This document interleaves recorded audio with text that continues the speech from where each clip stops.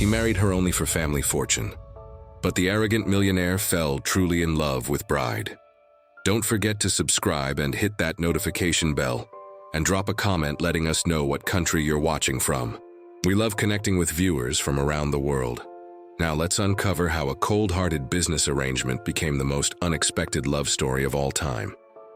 Alexander Sterling stood in his floor-to-ceiling office window, overlooking Manhattan's skyline, with the same cold calculation he applied to every aspect of his life. At 33, he had built Sterling Enterprises into a billion-dollar empire, but success had come at a price. His grandfather's will contained one final, binding clause that threatened everything. The intercom buzzed. "Mr. Sterling, your attorney is here with Miss Rodriguez." Alexander straightened his Armani tie and turned from the window. Today would seal his fate and hers. The marriage contract was purely transactional, a means to secure the family fortune that required him to be married by his 34th birthday. Love was a luxury he couldn't afford, and frankly didn't believe in. The door opened and she walked in. Isabella Rodriguez moved with quiet grace, her simple black dress professional yet elegant. She was 25, a struggling art teacher whose mother's medical bills had pushed her family to the brink of financial ruin. The arrangement would solve both their problems, his inheritance secured, her family's debts erased. "Miss Rodriguez," Alexander said curtly, not bothering with pleasantries. "I trust you've reviewed the terms." Isabella's dark eyes met his steadily. "I have. The marriage will last 2 years minimum. Separate living quarters. No emotional expectations. Financial security for my family in exchange for this arrangement." Her voice was steady, but Alexander noticed the slight tremor in her hands as she set down her purse. Good fear would make this easier, cleaner. He had no interest in complications from a woman who might develop inconvenient feelings. "The prenuptial agreement protects both parties," his attorney interjected, sliding documents across the mahogany table. "Mrs. Sterling, excuse me. Miss Rodriguez will receive a monthly allowance, healthcare coverage, and a substantial settlement upon completion of the contract." Alexander watched Isabella read through the papers. Her education was evident in how carefully she examined each clause, occasionally asking pointed questions that revealed a sharp mind behind her reserved exterior. Interesting but irrelevant. Intelligence could be useful in a business partner, which was essentially what she would be. "There's one modification I need," Isabella said suddenly. Looking up from the contract, Alexander raised an eyebrow. "This isn't a negotiation, Miss Rodriguez. My younger brother Miguel is starting college next year. I want his tuition guaranteed regardless of what happens to our arrangement." The slight pause before arrangement suggested she struggled with the clinical nature of their agreement. Alexander found himself studying her face, really looking at her for the first time. There was strength there, masked by vulnerability. She was protecting her family, just as he was protecting his legacy. "Done," he said, surprising himself with the quick agreement. "Anything else?" Isabella shook her head, signing her name with firm strokes. Alexander added his signature, officially binding them together in the most emotionless marriage contract ever drafted. "The ceremony is scheduled for Saturday," Alexander announced, already returning to his desk. "Small, private. My assistant will handle the details." "And after that?" Isabella asked quietly. "After that, Miss Rodriguez, we live our separate lives under the same roof and count down the days until this obligation is fulfilled." As Isabella left with the attorney, Alexander returned to his window. The city stretched endlessly before him, full of opportunities and conquests. He had just acquired another asset, nothing more. The stirring of something unfamiliar in his chest when she had smiled politely at his assistant was merely indigestion from his lunch meeting. Marriage was business, love was weakness, and Alexander Sterling had not built an empire by being weak. But as he watched Isabella's figure disappear into the crowd below, he found himself wondering about the woman who had just agreed to share his name, if not his life. The Sterling penthouse occupied the top 3 floors of Manhattan's most exclusive building, a testament to Alexander's success and his preference for keeping the world at arm's length. As Isabella stepped off the private elevator, carrying only 2 suitcases that contained her entire life. The magnitude of her decision struck her like a physical blow. Mrs. Sterling, the housekeeper, Elena, greeted her warmly. "Welcome home, home," the word felt foreign. This marble and glass palace, with its museum-quality art and furniture that probably cost more than most people's houses, would never feel like home. But it would be her prison, luxurious but a prison nonetheless, for the next 2 years. "Mr. Sterling is in meetings until 7, Elena continued, leading Isabella through rooms that seemed designed to intimidate rather than comfort. "He asked me to show you to your quarters and explain the household schedule." Isabella's suite occupied the entire east wing, bedroom, sitting room, private office, and bathroom larger than her family's entire apartment. Everything was pristine, impersonal, expensive. Like Alexander himself, Mr. Sterling prefers quiet in the mornings, Elena explained. He leaves for the office at 6:30 sharp. Dinner is served at 8 when he's home, though he often works late. Weekends are usually spent at the estate in the Hamptons, but you're not required to accompany him unless there are social obligations. The rules were clear. Stay out of his way. Make no demands, exist quietly in the margins of his perfectly ordered life. That evening, Isabella waited in the formal dining room, feeling ridiculous in the designer dress Elena had laid out for her. The silence was oppressive, broken only by the soft tick of an antique clock that probably cost more than her teaching salary. Alexander appeared precisely at 8, still in his suit, phone pressed to his ear. "Tell Jenkins if he can't handle Singapore, I'll find someone who can."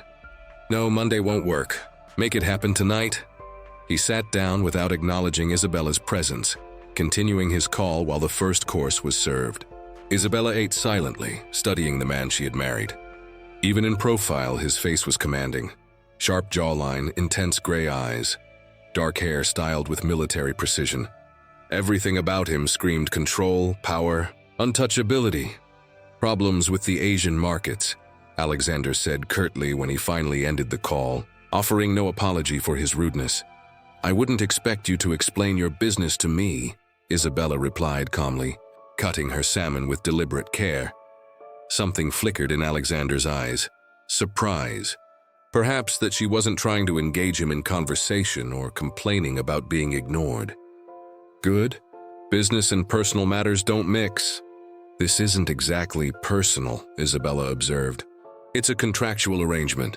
Alexander's fork paused halfway to his mouth. He studied her with new attention, as if seeing her clearly for the first time since their wedding ceremony 3 days ago. "You're more realistic than I expected. I'm not naive. Mr. Sterling, I know exactly what this is and what it isn't."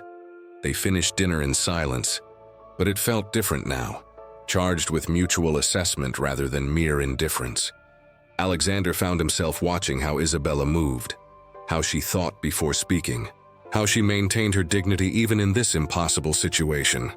After dinner, Isabella retreated to her wing while Alexander disappeared into his study. But as she prepared for bed, she could hear him on another call, his voice carrying through the walls. Even at 10 p.m. he was working, driven by something that went beyond mere ambition.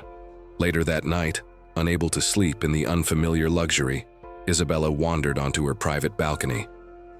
The city sparkled below, beautiful and distant. She was thinking about her family, about the sacrifice she had made for their security, when she noticed light coming from the balcony next to hers. Alexander stood there in casual clothes, jeans and a sweater that made him look younger, more human. He was staring at the same city view, but his expression was unguarded for once, almost melancholy. Their eyes met across the distance between balconies. For a moment, neither moved. Then Alexander nodded slightly, not warm but acknowledging her presence as something more than furniture. Isabella nodded back before stepping inside, her heart racing for reasons she didn't want to examine. Behind their respective walls, both lay awake longer than usual, thinking about the stranger who now shared their name and wondering if 2 years would feel like forever. 3 weeks into their arrangement, Alexander's perfectly ordered world began showing unexpected cracks. It started with small things, Isabella's art supplies appearing in the unused sunroom, The scent of her jasmine perfume lingering in the hallway, the sound of her laughter during phone calls with her family that seemed to fill the penthouse with unfamiliar warmth. She didn't behave like any woman he had ever known. Where his previous relationships had been filled with demands for attention, expensive gifts, and social climbing, Isabella asked for nothing. She attended required functions as his wife, playing her role flawlessly, then disappeared back into her own space without complaint or expectation. It was driving him crazy. "Elena," Alexander found himself asking over coffee, "what does Mrs. Sterling do all day?" The housekeeper smiled knowingly. "She's been teaching art classes online, sir, for children whose families can't afford regular lessons. She set up a little studio in the sunroom. Didn't change anything permanent, just uses the space." Alexander frowned. Teaching free art classes wasn't exactly how he expected his wife to spend her time. "She doesn't need to work." "I don't think she sees it as work, sir. She seems to love it." That afternoon, Alexander found himself walking past the sunroom. Purely by coincidence, he told himself. Through the glass doors, he could see Isabella at an easel, completely absorbed in her painting. Her hair was pulled back in a messy bun. There was a streak of blue paint on her cheek, and she was more beautiful than any woman had a right to be. She was painting the city skyline, but not as he saw it, cold and conquering. Her version was alive with color and movement, finding beauty in the urban landscape that he had never noticed. "It's good," he said, surprising himself by speaking. Isabella startled, turning to find him in the doorway. "I'm sorry, I know I should have asked." The room was empty. "You might as well use it." Alexander stepped closer, studying the canvas. "You're talented." A flush crept up Isabella's neck. "Thank you, I miss teaching. The online classes help, but it's not the same." "Why did you stop teaching?" Isabella's brush stilled. "My mother needed surgery. The medical bills. Teaching doesn't pay much. I took a second job, then a third, but it wasn't enough." She met his eyes directly. "That's why I'm here. Not for adventure or luxury, for survival." The honesty in her voice did something strange to Alexander's chest. He had assumed she was like all the others, drawn by his money and status. But Isabella wasn't performing for him. She was simply telling the truth. "What would you do?" he asked quietly, "if money weren't an issue?" Isabella's eyes lit up.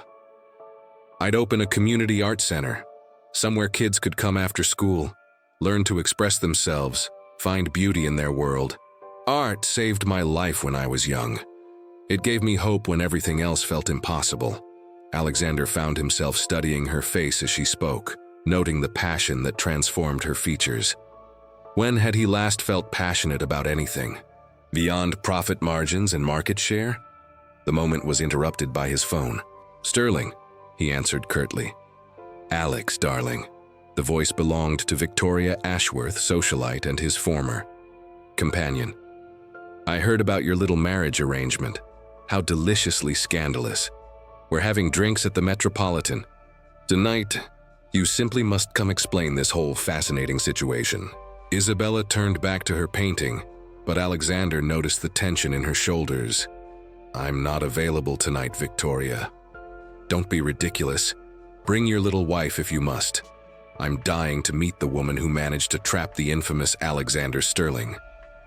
"She didn't trap anyone," Alexander said, his voice dangerous. "And I suggest you remember that Isabella is my wife, regardless of the circumstances." He ended the call abruptly, anger simmering beneath his controlled exterior. When he looked up, Isabella was watching him with surprise.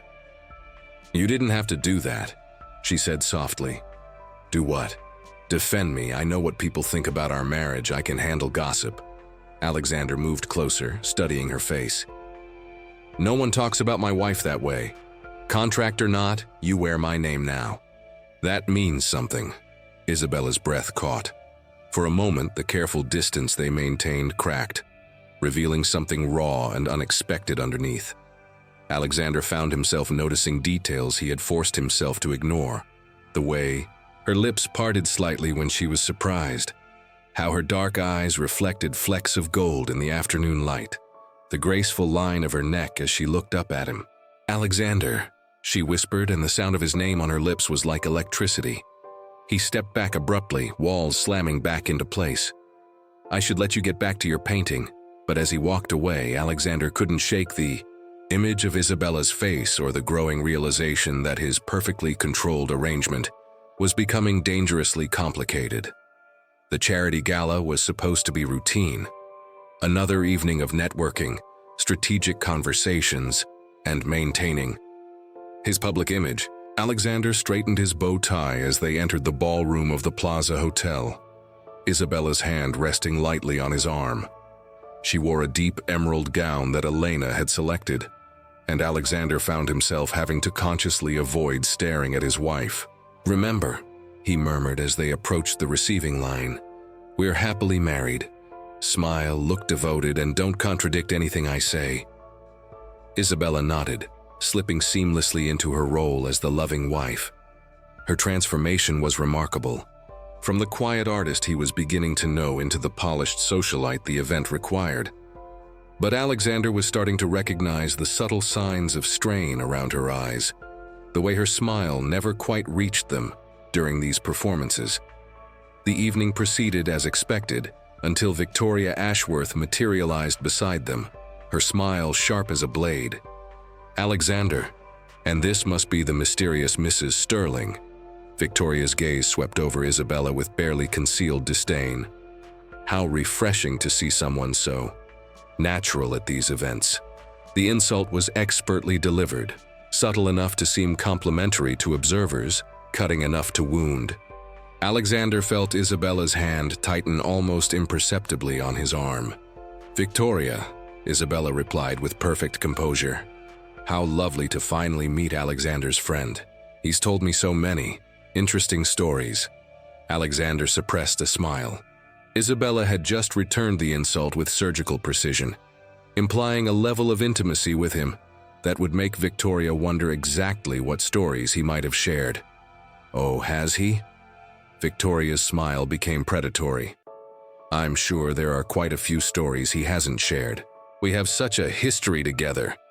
"The past is exactly that," Alexander interjected, his voice cold.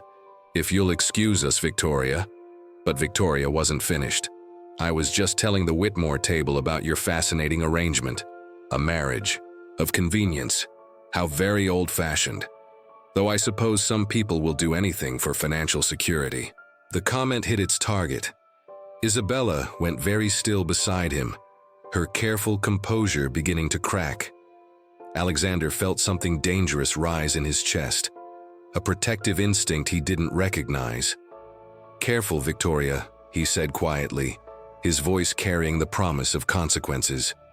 "You're talking about my wife." "Of course, darling, I'm sure it's all very romantic." Victoria's laugh was like glass breaking. "Tell me, Isabella, what's it like being married to a man who's never loved anyone but his bank account?" The ballroom seemed to quiet around them, other guests sensing drama. Isabella's face had gone pale, but her chin lifted with quiet dignity that made Alexander's chest tighten with unfamiliar emotion. "What's it like?" Isabella said clearly, "is private between my husband and me. But I will say this. A man who builds hospitals and schools, who provides jobs for thousands of people, who honors his family's legacy. That's not a man who loves only money. That's a man who understands responsibility." Alexander stared at her, stunned. She was defending him, not their arrangement, not her position, but him as a person. No one had ever done that before. Victoria's mask slipped completely. "How touching. I wonder how you'll feel when the novelty wears off and you realize you're just another asset in his portfolio." "That's enough." Alexander's voice cut through the conversation like ice. "Victoria, you're no longer welcome at any event I attend. Security will escort you out." "Alexander, you can't be serious." "Dead serious. Touch my wife again with your poison, and you'll discover just how far my influence reaches in this city." Victoria left with as much dignity as she could muster, but the damage was done. Isabella was trembling slightly, the public confrontation having cost her more than she wanted to admit. "Come on," Alexander said quietly, placing his hand on the small of her back. "Let's get some air." They stepped onto a private balcony overlooking Central Park. The city lights sparkled below them, but Alexander only saw Isabella's reflection in the glass doors, beautiful, wounded, and far stronger than he had given her credit for. "You didn't have to do that," Isabella said quietly. "Defend me like that." "Yes, I did." Alexander turned to face her fully. "Victoria was wrong about everything, but especially about you being just another asset." "You are." He stopped, the words catching in his throat. What was she? More than he had expected, more than their contract demanded, more than he was supposed to want. "I'm what?" Isabella asked, stepping closer. Alexander looked into her eyes and saw something that terrified him, genuine caring. Not for his money or status, but for him, the man behind the empire. "You're my wife," he said finally, the words carrying more weight than either of them expected. Isabella smiled then, the first truly warm smile she had given him since their wedding day. "Yes," she whispered. "I am." Standing there in the moonlight, with her hand still on his arm and her eyes reflecting starlight, Alexander felt the last of his carefully constructed walls beginning to crumble. The call came at 3 in the morning, shattering the penthouse silence like glass. Alexander jolted awake, his business instincts immediately alert as he reached for his phone. But the crying he heard through the walls wasn't coming from his device. It was coming from Isabella's room. He found himself standing outside her door, hand raised to knock before he consciously decided to move. The sound of her sobbing was doing something terrible to his chest, creating an unfamiliar urgency that overrode every logical thought. "Isabella?" He knocked softly. "What's wrong?" The crying stopped abruptly. After a moment, the door opened, to reveal Isabella in silk pajamas, her face streaked with tears, phone clutched in her trembling hand. "I'm sorry," she whispered. "I didn't mean to wake you. I tried to be quiet." "What happened?" Alexander's voice was gentler than he had ever heard it, surprising them both. Isabella's composure cracked completely. "It's my mother. She's back in the hospital. The surgery. There were complications. They don't know if..." Her voice broke. Without thinking, Alexander stepped forward and pulled her into his arms. Isabella collapsed against his chest, her body shaking with the force of her fear. She felt impossibly small and fragile, and Alexander found himself stroking her hair, murmuring words of comfort he didn't know he possessed. "What hospital?" he asked quietly. "Mount Sinai, but Alexander, the bills, even with insurance if she needs more surgery." Isabella pulled back to look at him, panic in her eyes. "I can't ask you for more money. Our contract..." "Fuck the contract," Alexander said fiercely, the profanity shocking them both. "She's your mother. She's family." Isabella stared at him through her tears. Family? Alexander realized what he had said, and meant it. Somewhere in the past few months, Isabella had become more than a contractual obligation. She had become... "Get dressed," he said, already moving toward his phone. "I'm calling my driver." "Alexander, you don't have to." "Yes, I do."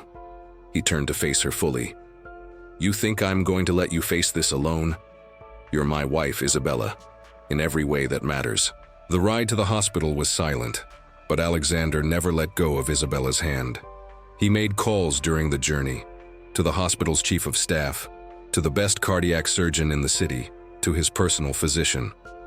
By the time they arrived, Isabella's mother was being transferred to a private room with round-the-clock nursing care. "Mr. Sterling," the attending physician approached them in the waiting room. "Your mother-in-law is stable. Dr. Harrison will perform the procedure in the morning. He's the best we have." Isabella looked up at Alexander in amazement. "How did you..." "Money opens doors," Alexander said simply. "But that's not why I did it." "Then why?" Alexander was quiet for a long moment, watching Isabella's face in the harsh hospital lighting. She looked exhausted, vulnerable, but somehow more beautiful than ever.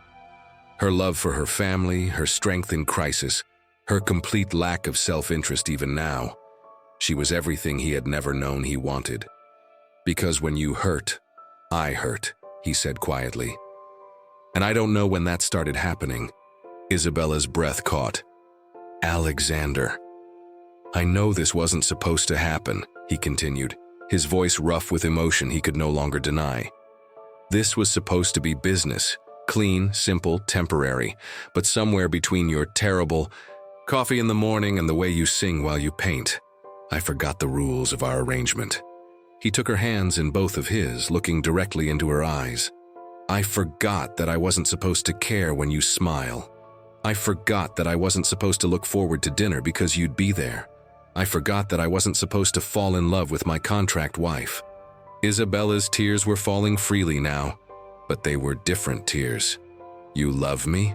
I love you, Alexander repeated, the words feeling like a confession and a revelation at the same time. Not the idea of you, not what you represent, not the convenience you provide. I love your kindness, your strength, your terrible taste in movies, the way you make our house feel like a home. I love you, Isabella, and I'm terrified because I've never loved anyone before. Isabella threw her arms around his neck, pressing her face against his shoulder. I love you too, she whispered. I've been fighting it for months, telling myself it was just gratitude, just proximity. But it's not. It's love, Alexander. Real, complicated, inconvenient love. Alexander held her tighter, breathing in the scent of her jasmine perfume, feeling something fundamental shift in his world. The walls he had spent a lifetime building were completely gone now, leaving him vulnerable, but somehow stronger than he had ever been. What happens now? Isabella asked, pulling back to look at him.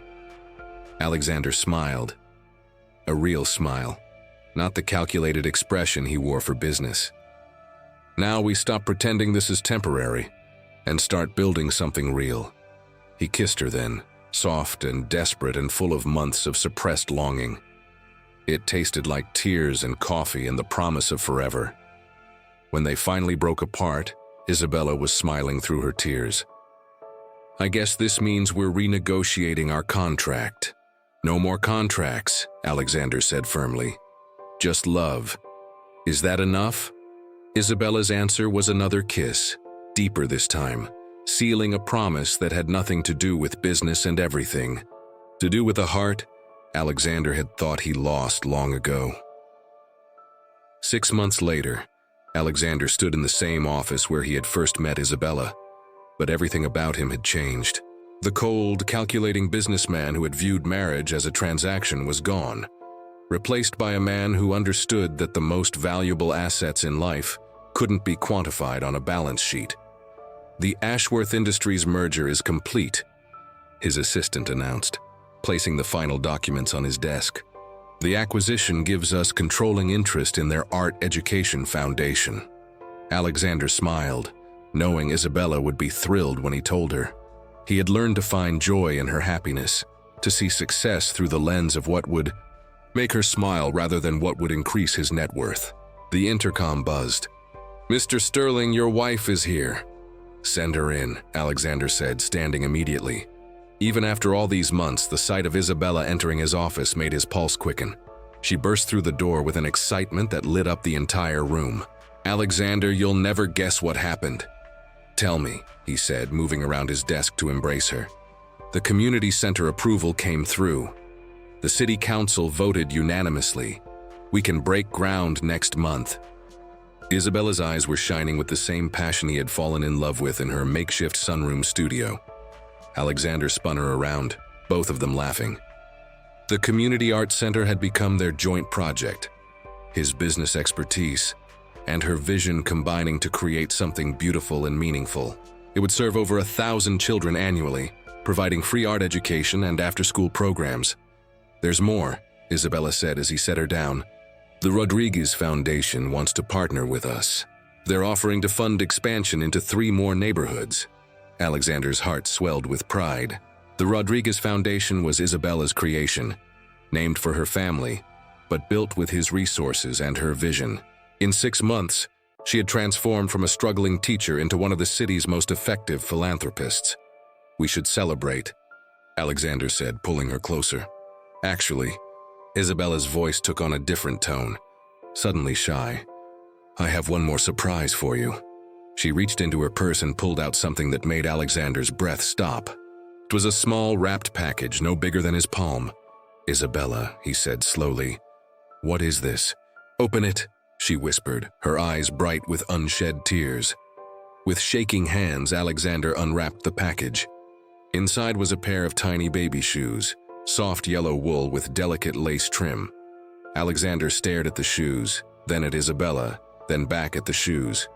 We're having a baby," Isabella said, tears streaming down her face. "I found out this morning. I wanted to tell you here where we first met, where this all began." Alexander's world tilted on its axis. A baby, their baby. The child that would be created not from contract or obligation, but from the deepest love he had ever known. "I know we haven't talked about children," Isabella continued, suddenly worried by his silence. "I know this wasn't part of any plan." Alexander silenced her with a kiss that contained every emotion he couldn't put into words. When they finally broke apart, his eyes were wet with tears he didn't try to hide. "I love you," he said fiercely. "I love you, and I love our baby, and I love the life we're building together. None of this was planned, but that's what makes it perfect." He dropped to his knees in front of her, pressing his hands gently to her still flat stomach. "Hello, little one," he whispered. "Your daddy can't wait to meet you." Isabella's hands covered his, their wedding rings catching the afternoon light streaming through the office windows. The same windows where Alexander had once stood contemplating a cold business arrangement, now framed a man transformed by love. "What would you have done?" Isabella asked quietly. "If someone had told you a year ago that you'd be kneeling in your office talking to our baby?" Alexander looked up at her, this woman who had changed everything simply by being herself. "I would have said they were crazy. Love was for other people. Family was an obligation. Marriage was a contract." He stood, pulling her into his arms again. "But you taught me that love isn't weakness. It's the strongest force in the universe. You showed me that family isn't about blood or duty. It's about choosing to care for someone more than yourself. And marriage," he paused, kissing her forehead gently, "marriage is about finding someone who makes you want to be better than you ever thought possible." They stood together in the late afternoon light, holding each other in the promise of their future. Outside, the city bustled with its endless ambitions and ruthless competition. But inside this office, in this moment, the most successful man in Manhattan had discovered that his greatest achievement wasn't in any portfolio or bank account. It was love.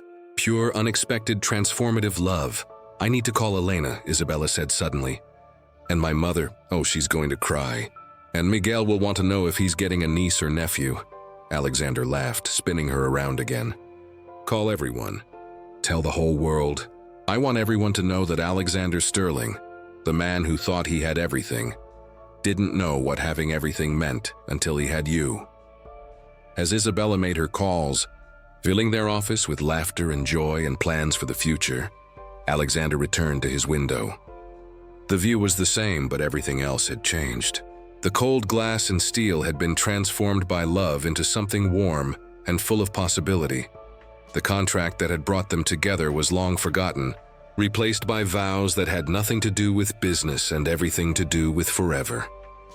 And as Alexander watched Isabella's reflection in the glass, one hand unconsciously resting on her stomach as she shared their news with her family, he knew that the best investment he had ever made wasn't in real estate or technology or corporate acquisitions. It was in taking a chance on love and discovering that some things are worth far more than money could ever buy. Thank you for joining us on this incredible journey of transformation. In unexpected love, if this story touched your heart, please subscribe to our channel and share it with someone who believes in the power of love to change everything. Drop a comment and tell us, what's the most unexpected way love has changed your life? Your stories inspire us to keep sharing these powerful tales of human connection and the magic that happens when we open our hearts to possibility.